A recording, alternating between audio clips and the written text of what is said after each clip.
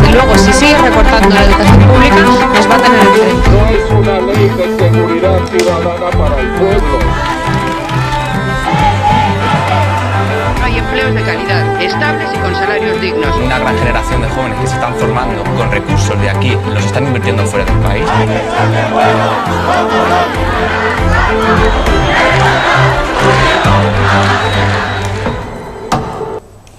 Bueno, antes de entrar en la materia de la actualidad de Marbella, estábamos comentando con Victoria Morales, muy buenas Victoria, buenas. Con Manuel Núñez, buenas Manuel, estamos hablando que estamos estos días de fin de curso, ¿no? De celebraciones varias, de graduaciones de niños y de niñas, y bueno, pues queríamos mandar también un saludo a la comunidad educativa, sí, a los padres, a las madres, a los alumnos, a las alumnas, directores, directoras de los centros diferentes de la ciudad, pues bueno, que mucho ánimo en esta última recta final que queda, también a los estudiantes que están estudiando en la universidad, que bueno, pues que se dejen los codos para que está a punto de terminar todo, ¿eh? Así que emociones, las justas, ¿vale?, para disfrutar. Además, sabiendo que Victoria, además de concejal delegada responsable de Derechos Sociales en el Ayuntamiento de Marbella y secretaria del local de Acción Política, también es profa.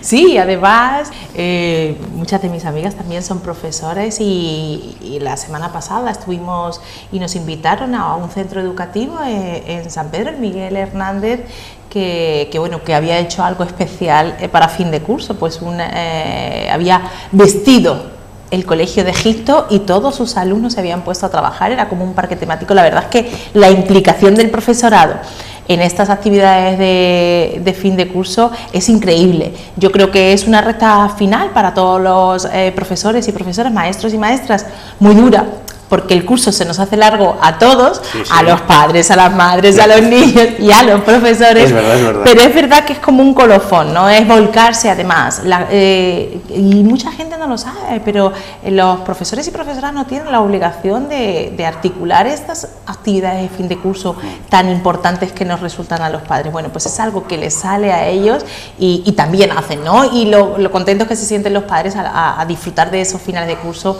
que con tanto cariño se hacen. Y ahora arranca otra época y otra etapa que es de sufrimiento para los padres y de disfrute para los maestros, y merecidos los tienen ambos dos. Bueno, y cuánta carga de emoción, y emotividad tiene también estos días, decimos ya, de transición, de fin de curso, de empezar nuevas tareas y bueno, pues nuevos empeños después del verano. Uno de los empeños que tenía Izquierda Unida, una reivindicación histórica desde hace muchos años, ha sido, no sé cómo definirlo, proteger, guardar, intentar que la Torre del Cable resistiera. Decimos que es una reivindicación histórica, que ha sido una reivindicación que ha aparecido, yo creo, casi desde el inicio de la historia de la Torre del Cable en los años 50, ¿no? En los programas diferentes de Izquierda Unida. Y esta semana hemos tenido una buena noticia. Miguel Díaz, el coordinador local, lo medio anunciaba la semana pasada también en este espacio de M95, que se iba a hacer algo en la Torre del Cable, y ya tenemos noticia que el día 3 de julio, a la vuelta de la esquina, parece ser que Costas va a iniciar su obligación.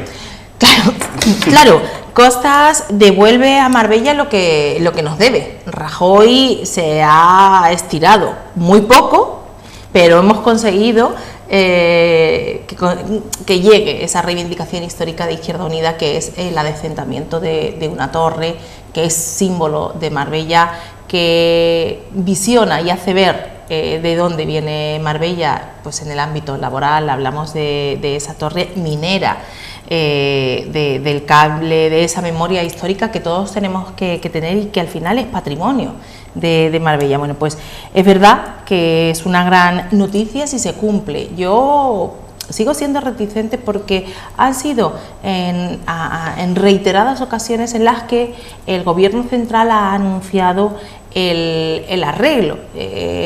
No cabe recordar que ya fue incluso en este año donde la exalcaldesa se puso delante de la Torre del Cable para decir que 115.000 euros iban a venir e iban a empezar la adecuación, y todavía no ha empezado. Entonces, pues bueno, después de tanto pedirlo y de tantas veces que nos han dicho que se iba a rehabilitar, parece ser que es una realidad, un logro un logro, porque bueno, la persistencia al final parece que tiene sentido, significado, y en la campaña Rajoy Estírate, y no solamente esa, sino las que venimos haciendo, pidiendo la adecuación y el adecentamiento para que realmente se mantenga bien, en buen estado, y podamos seguir disfrutando de esa torre, ha tenido resultado. Incluso recordábamos con fotos ahora al ver el anuncio, pues en nuestra propia campaña de las municipales hacíamos una reivindicación ¿no? escenificada allí en la Torre del Cable, pidiendo que había que actuar ese SOS a la Torre del Cable, porque al final nos significa a todas las gentes que vivimos en Marbella, y es una buena noticia. Pero también es una buena noticia que bueno, que nosotros hemos ido desde nuestra persistencia, quizás es como se consiguen las cosas, y así ha sido en esta ocasión. Esperemos que en otras, que también son de mucho calado, no necesitemos ser tan persistentes y realmente se tenga la conciencia con Marbella para todo aquello que el Gobierno central nos debe. Aún así nosotros seguiremos con nuestra campaña Rajoy Estírate, porque esto es una cosa, pero muy cerquita está la Comandancia de la Marina, que también la tenemos que recuperar para uso social, y seguiremos en ello. Bueno, en todo caso, sabemos que tiene que estar vigilante, ¿no? Para que el día 3 de julio, tal y como anunciaba el delegado del Gobierno, Miguel Berión, esta semana, pues bueno, pues empiecen las obras de adecuación y adecentamiento del cable. Entonces, hay que decir que no va a ser una remodelación integral, es el primer paso para que la Torre del Cable sea cedido definitivamente para el Ayuntamiento. Esa era una de las noticias que teníamos de actualidad esta semana, y también los presupuestos participativos. Creo que fue con Manuel Núñez, que comentábamos en su momento la importancia que también para Izquierda Unida han tenido los presupuestos participativos en Marbella. No tanto, y también desde el punto de vista político, sino desde el punto de vista social, ¿no? Cómo hacer que la ciudad se transforme de verdad, haciendo que los ciudadanos se empoderen a la hora de construir su propia ciudad, ¿no? Pues como tú dices, al final se trata de una transformación democrática, la que nosotros teníamos como objetivo cuando entramos en el equipo de gobierno, y es el de pasar de una democracia representativa, donde los ciudadanos pues eligen a sus gobernantes, a sus concejales, a sus diputados, a sus congresistas, lo eligen y ellos ya hacen o no hacen lo que han prometido, lo que llevaban en el programa electoral, y transformándola en una democracia participativa, donde los ciudadanos pues cada vez puedan ir participando más, donde los concejales, los cargos públicos sean una mera correa de transmisión entre la voluntad de los ciudadanos y lo que al final se ejecuta por parte de las administraciones. Y esta transformación, uno de los puntos, de los hitos clave que había en el gobierno municipal, es el de los presupuestos participativos, donde es verdad que bueno, se puede criticar que es una parte muy pequeña del presupuesto, pero ciertamente es que el presupuesto municipal de 235 millones de euros, la mayoría de ellos ya está muy definido y está muy acotado, es decir, hay gastos comprometidos de personal, gastos de corrientes que hay que pagar sí o sí, suministros, etcétera, etcétera. En este caso hablamos de 2 millones de euros, que es más del 25% de las inversiones, que ya el año pasado tuvieron la primera experiencia en 2016, y este año se vuelve a repetir en la misma cuantía, y esperamos que bueno, que en esta fase de propuestas que nuevamente se abierto y que se cierra ya esta semana, pues vuelva a haber propuestas y salgan elegidas propuestas tan interesantes como las que surgieron el año pasado. La más elegida o la más votada, que al final fue la de la transformación del Lago de las Tortugas en Nueva Andalucía, una propuesta transformadora, además una propuesta que intenta dotar un espacio natural de más actividad, dentro que sea un valor también añadido a la oferta turística. Pues bueno, al final lo que pasa cuando no hace los presupuestos como se venían haciendo estos años anteriores, lo hacía una persona en un despacho, ahora lo hace un equipo de gobierno, lo hace un equipo de gobierno plural, desde visiones distintas, y además se le da voz a la gente para que pueda decidir en qué se gastan 2 millones de euros. Creemos que toda esa riqueza de visiones, pues al final mejora el resultado y mejora la gestión política, la gestión diaria de la ciudad. Esperemos que este proceso vuelva a ser un éxito.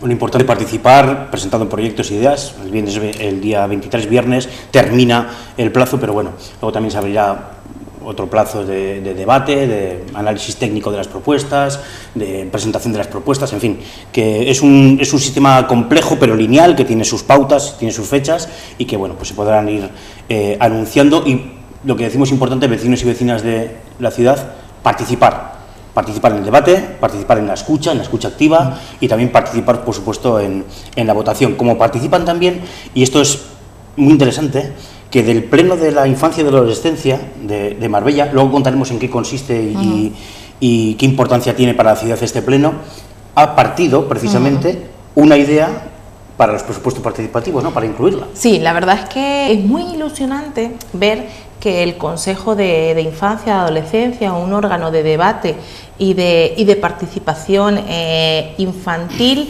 también hila una propuesta que aprueban en pleno a algo tan interesante que son los presupuestos participativos. Realmente es unir dos cosas que van muy unidas, que realmente son una.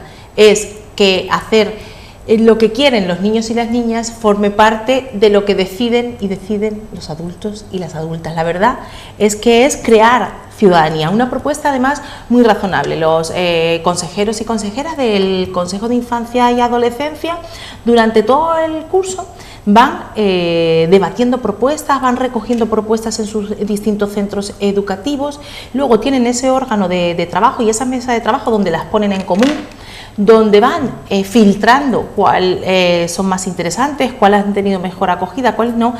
Posteriormente incluso tienen una reunión con los técnicos de las distintas delegaciones a los que, bueno, deberían ir destinadas esas propuestas, y de ahí deciden posteriormente qué es lo que van a trasladar al Pleno de Infancia y Familia, de Infancia y Adolescencia, que consideramos que además, bueno, pues al final ese órgano de participación él tiene que sumarse a esas propuestas y llevarlas a cabo, pues el Pleno de Adultos. En este caso además han tenido esa ocurrencia que es, bueno, ¿y por qué no lo trasladamos a los presupuestos participativos? Es la creación de un centro de ocio juvenil. Algo muy de sentido común, porque además cuando los escuchas como te lo explican, tienen toda la razón, que existen ciertos espacios y ciertas edades que no están cubiertas.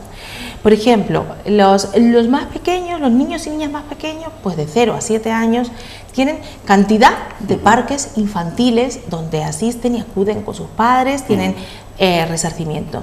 Y los que ya son adolescentes, y hablamos de a partir de 16 años, tienen otras actividades de ocio, incluso cuando ya son adultos, pues pueden ir a espacios de ocio, a discotecas, y tienen esas expectativas. Pero es verdad que hay ahí una bolsa de niños y de niñas con cierta edad que todavía no tienen la posibilidad de tener tanta independencia a la hora de hacer ocio, y son mayores, sin para embargo, jugar en el Parque de la efectivamente, Constitución, por ejemplo, ¿no? exactamente, Sí, sí. Estamos hablando pues de niños, pues eso, en torno de entre los 8 y los 14 años, y consideraban que necesitaban un sitio para ellos, donde pudieran leer, donde pudieran jugar a juegos de mesas, donde tuvieran ordenadores, donde pudieran compartir. Es decir, un espacio de ocio, creo que muy interesante, y esa es la propuesta que llevaron al Pleno, se aprobó, y eso que se aprobó se ha trasladado a los presupuestos participativos. Y no solamente eso, sino que además vamos un paso más allá, porque ellos mismos van a ser los que harán campaña para que esa propuesta en noviembre sea la más votada, con lo cual un paso muy interesante en el que avanzamos. Fíjate tú si es interesante el paso que hemos dado con esta propuesta de llevarlo a los presupuestos, que este proyecto lo vamos a presentar al 9º certamen de buenas prácticas que organiza UNICEF.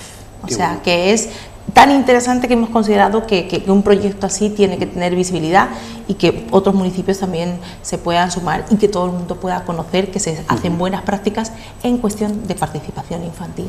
Bueno, importantísimo, ¿no? Como decimos, implicar a la juventud, a la gente más joven, que al final es la ciudadanía del futuro, a tomar decisiones por sí mismos también en estos ámbitos que parecen excesivamente de adultos, ¿no? Presupuestos participativos. Pues no, ahí están también planteando su propuesta. Y seguro que con el movimiento que generan los jóvenes a su alrededor, serán capaces de sacarlo adelante. Si no en la primera posición, seguro que en una de las primeras. Sí. Hablábamos con Victoria también y con Manuel del Pleno Municipal de la Infancia y de la Adolescencia. Es un órgano del que se habla, del que los medios de comunicación tenemos constancia y se suele hablar, pero yo creo que conocemos muy poco de él. Sobre todo por una frase que además en tu caso, Victoria, subrayas mucho, que es dación de cuentas a los niños y las niñas de la ciudad.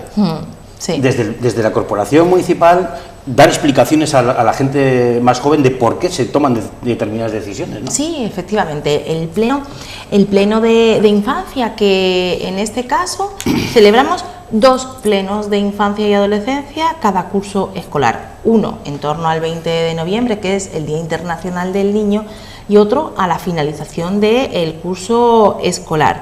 El pleno de infancia consiste en que nos trasladan todos esos niños que llevan trabajando en la participación en el Consejo de Infancia y Adolescencia durante un año, nos trasladan esas propuestas y nos dicen: oigan, señores mayores, que nosotros, los niños, no tenemos voto, pero tenemos voz, tenemos inquietudes y tenemos que las instituciones nos tienen que garantizar derechos, aunque nosotros también tenemos deberes, ¿no? Es ese espacio de debate que se genera y donde además hay que seguir trabajando, puesto que el Consejo de Infancia y Adolescencia ya es un órgano consolidado. Informar a todo el mundo que no lo sepa. El Consejo de Infancia y Adolescencia se crea puesto que para tener el reconocimiento de ciudades amigas de la infancia que nos reconoció UNICEF en 2014 y ahora estamos para renovarles un órgano de participación infantil y adolescencia donde existen representantes de todos los centros educativos de todo el término municipal, tanto de colegios de primaria como de institutos de secundaria. Y esos niños son los que van tomando el pulso de las inquietudes que tienen y son los que lo trasladan al Pleno. Y en el Pleno se les hace escuchar. Muy importante, un hito muy importante que es la dación de cuentas, puesto que los niños y niñas tienen que aprender que los gobernantes tienen la responsabilidad de dar cuentas a la ciudadanía y a ellos también. Muchas veces, además, a muchos adultos se les olvida que los niños y niñas que viven en la ciudad es en torno al 25% de la población. No podemos pensar, como hay muchos gobiernos anteriores que han pensado, solamente en los votantes. Tenemos que pensar, ir más allá, en políticas transformadoras, en que los niños y niñas de hoy son nuestros futuros profesores, profesoras, médicos, gobernantes, albañiles, toda esa ciudadanía que hoy creemos en conciencia, mañana serán y crearán un futuro mejor, con lo cual el dar cuentas y que ellos sepan que los políticos están ahí de la mano y se interesan por sus inquietudes y tienen las mismas y así cumplen con esos proyectos que hacen es fundamental. Y entonces ese pleno nosotros consideramos además desde las políticas transformadoras que es un eje fundamental en la participación, en la propuesta, en atender, en ponerte en el lugar del otro y por supuesto en darle toda la credibilidad a los niños y las niñas que muchas veces tienen mucho más sentido común que muchos adultos. Sí, además muchas veces está comprobado que ven cosas que los adultos no vemos. Totalmente. Que los adultos obviamos en muchas ocasiones por nuestra madurez y que sin embargo ellos con otra mirada diferente pues sí, te hacen sonrojar, ¿no? En muchas ocasiones decir, no, es que esto no está funcionando bien. Efectivamente. Y pueden tener razón. Totalmente. Así que me parece más que positivo, ¿no? Pues escucharles por lo menos y dar cuenta. Sí. Eso es fundamental, que no caigan en saco roto. Manuel. Que al final, tanto con propuestas o proyectos como este del Pleno Municipal de Infancia y Adolescencia, los presupuestos participativos, al final lo que se trata, el objetivo es de implicar a la gente en la gestión pública de las administraciones. Administraciones que con las medidas que toman pues nos influyen a todos, tienen consecuencias en todos los ciudadanos y quizás hay otra gente que piense o que tenga como el modelo de gobernanza de que la cosa pública la gestionan unos pocos, ¿no? Nosotros creemos que tenemos que contraponer eso y tenemos que tratar de implicar a toda la ciudadanía en las cosas que nos incumben a todos y en las cosas que nos interesan a todos y sobre todo las que tienen consecuencias en nuestra vida, como son las decisiones políticas, en este caso la actuación de las administraciones. Cuanto más implicada esté la ciudadanía, yo creo que mejores decisiones van a tomar las administraciones. Y no tener miedo, ¿no?, por parte de los políticos y de los administradores a escuchar, no solo a escuchar, sino también a dejar que la gente decida, ¿no?, y que opina y que construye su futuro, ¿no? Por supuesto, eso es la democracia, ¿no? Como decía antes, de democracia representativa pasar cada vez a democracia más participativa. Sí. Precisamente estamos hablando de infancia, estamos hablando de los niños y las niñas de Marbella. Manuel y Victoria han estado estos días en Sevilla, en el Foro de la Infancia y de Adolescencia. foro importante que está auspiciado por UNICEF además, en el que hay, bueno, pues un montón de ideas de puesta en común, de revisiones de casos particulares. ¿Qué habéis extraído de esta experiencia en Sevilla, que también acudisteis el año pasado? Sí, es el segundo foro andaluz de ciudades amigas de la infancia, y acudimos el año pasado, perdón, y acudimos también a este. Consideramos que es un espacio efectivamente de aprendizaje, de debate, donde nos reunimos tanto políticos como técnicos municipales de ciudades que ya tienen el reconocimiento de amigas de la infancia, como es el caso de Marbella, con también ciudades que quieren obtener ese reconocimiento y quieren también conocer qué prácticas en cuestiones de infancia y adolescencia llevan a cabo otros municipios para sumarlas. Hablamos de mesas redondas muy interesantes en qué consiste, ¿no? Una ciudad amiga de la infancia es muy importante, ¿no? Una ciudad amiga de la infancia es un reconocimiento que tiene el aval de UNICEF, donde considera que las actividades y las acciones que se hacen tienen beneficio en la infancia y a la adolescencia, y además hace partícipes a los niños y a las niñas de la toma de decisiones. También las buenas prácticas en participación infantil, buenas prácticas en alianzas locales, la coordinación interna y externa que se tiene que llevar, que una administración como el ayuntamiento, para aglutinar todas las actividades que se hacen en todas las delegaciones en favor de la infancia y adolescencia, tiene que tener un órgano de coordinación, ¿no? En este caso, en Marbella lo llevamos desde la Delegación de Derechos Sociales, pero participan técnicos de todas las otras delegaciones que trabajamos en ver que, claro, porque es muy transversal, tener en cuenta que las políticas de infancia y adolescencia son totalmente transversales, y trabajamos también en derechos sociales, en urbanismo, en juventud, en absolutamente en fiestas, en sostenibilidad, todo tiene que ver con el futuro. Todo tiene que ver, y entonces, pues en ese sentido, nosotros además tuvimos un papel protagonista en este foro y en esta propia mesa, donde expusimos esas buenas prácticas en temas de alianzas locales, también la educación en valores, en derechos. La verdad es que es un aprendizaje y un bagaje el que se adquiere en este foro muy interesante.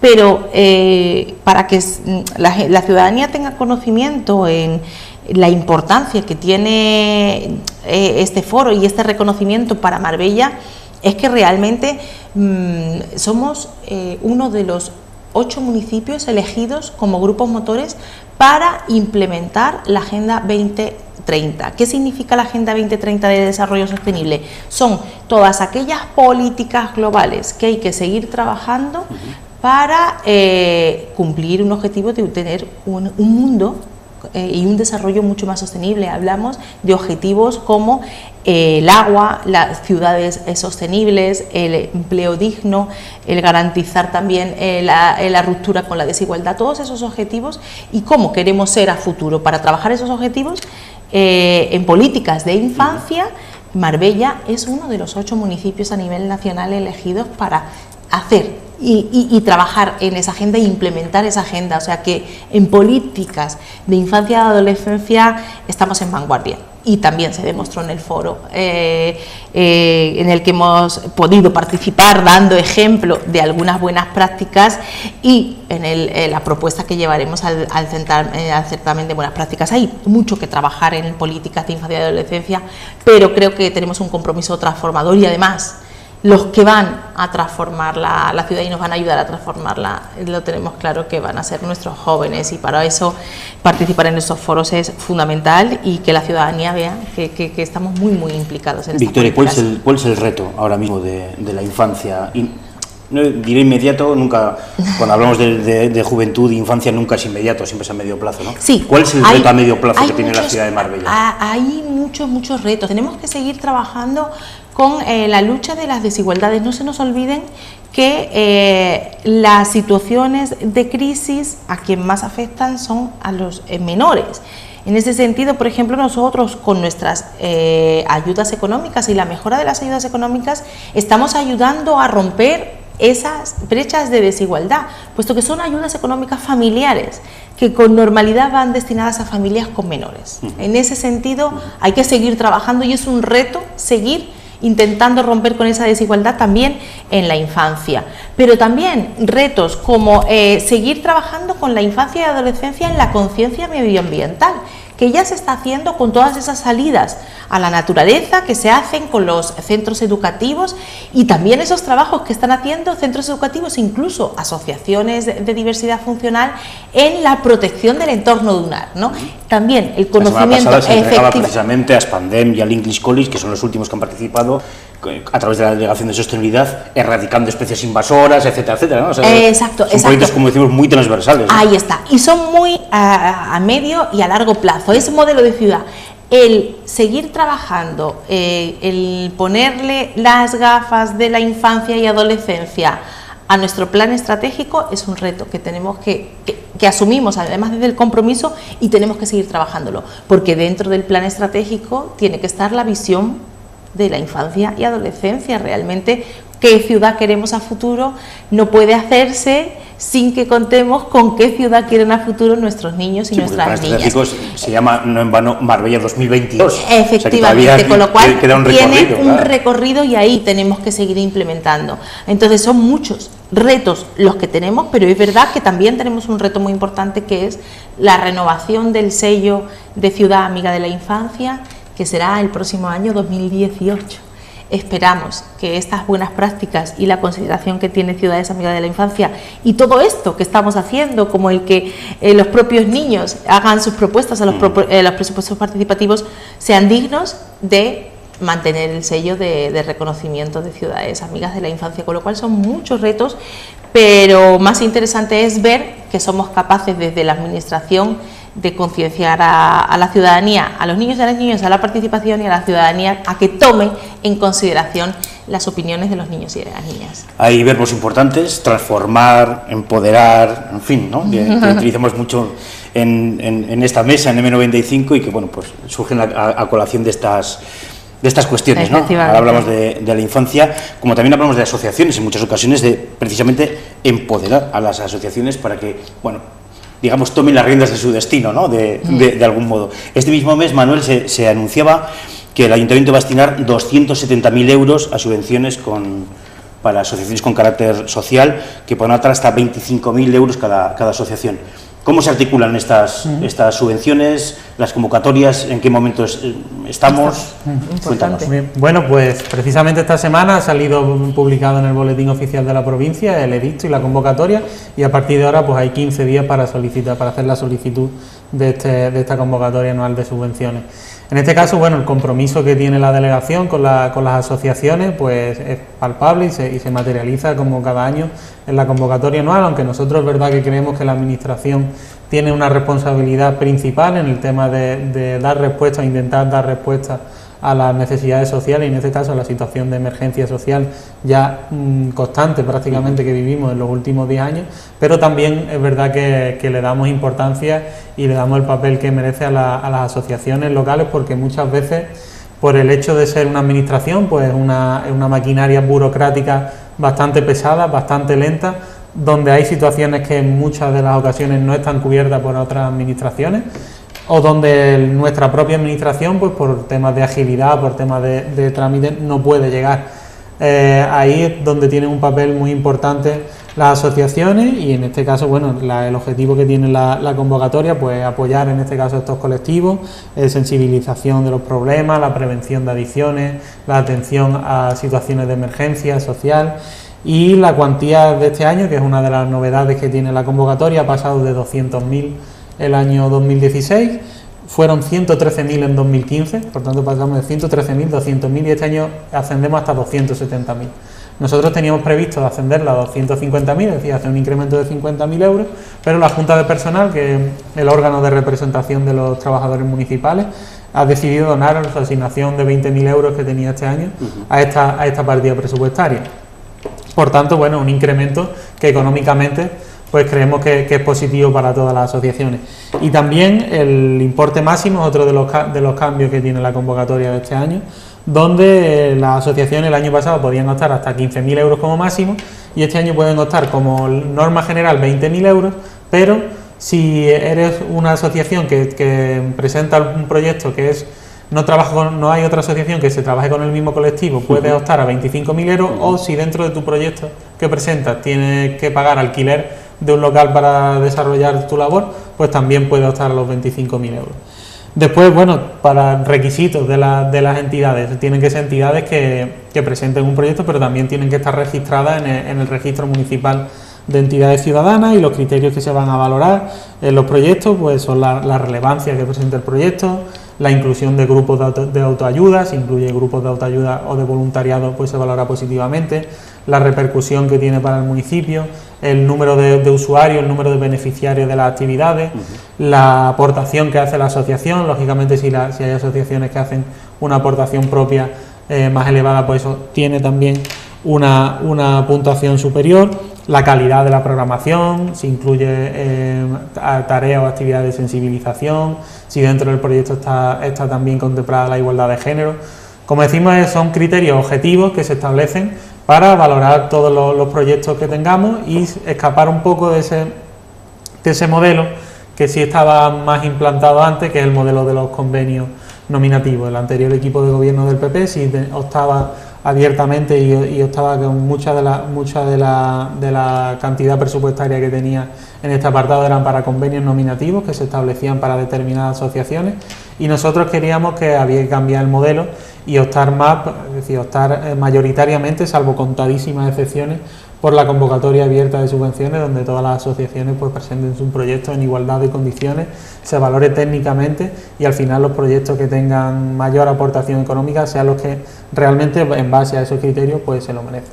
La verdad es que la importancia que le damos desde la delegación, y así lo hemos hecho siempre, es, fíjate tú que apenas a un mes y medio de haberse aprobado los presupuestos municipales, ya pueden solicitar las asociaciones la subvención. Es decir, nos resultaba muy importante tenerlo todo trabajado, el reglamento y las bases de la convocatoria y todos los requisitos jurídicos, para que una vez aprobados los presupuestos fuera lo más rápido posible. Casi inmediato, ¿no? Casi inmediato, y así lo hemos conseguido. Este ayuntamiento le da mucha importancia a lo social y a las asociaciones de carácter social, con otro modelo distinto que consideramos que es mucho más justo y que tiene un reparto equitativo, pero apostamos con ello, aumentando las cuantías, aumentando también la capacidad que van a tener cada una, apostando por los proyectos y no por los nombres, y intentando que salgan cuanto antes. Y es la primera delegación, la primera convocatoria de subvenciones que va a salir de todo el ayuntamiento, es para las asociaciones de carácter social, que son las primeras que más urgencia, ¿no?, pueden tener en el desarrollo de su labor. Bueno, hemos hecho un repaso a la actualidad local, municipal de Marbella. Hemos hablado de la Torre del Cable, hemos hablado de presupuestos participativos que terminan hoy, del premio municipal de la infancia, del foro en el que acudisteis tanto Victoria como Manuel esta semana en Sevilla, y también de la convocatoria de subvenciones. Yo creo que hemos hecho un repaso, ¿no?, interesante, apañado, ¿no?, que decía sí, que, ¿no?, tiene muchísimo contenido completito de la actualidad en la ciudad, una ciudad que se mueve, una ciudad que afortunadamente también se transforma. Vamos a terminar como empezamos, mandando un saludo y sobre todo un agradecimiento a todos aquellos profesores y profesoras, cuerpos directivos, docentes. Cuando hablamos de cuerpo docente de los colegios, hablamos también de personal administrativo, limpiadores, limpiadoras, cocineros, cocineras, en fin, porque bueno, pues cuidan a nuestros niños y a nuestras niñas casi como si fueran suyos, sí, si no lo son, y que bueno, en este fin de curso yo creo que se merecen el mayor de los agradecimientos. Así que a todos ellos y a todas ellas, muchas gracias. Nos vemos.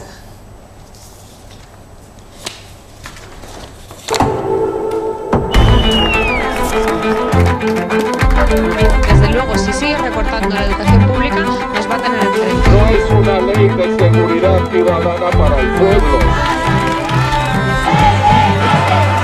No hay empleos de calidad, estables y con salarios dignos. Una gran generación de jóvenes que se están formando con recursos de aquí, los están invirtiendo fuera del país.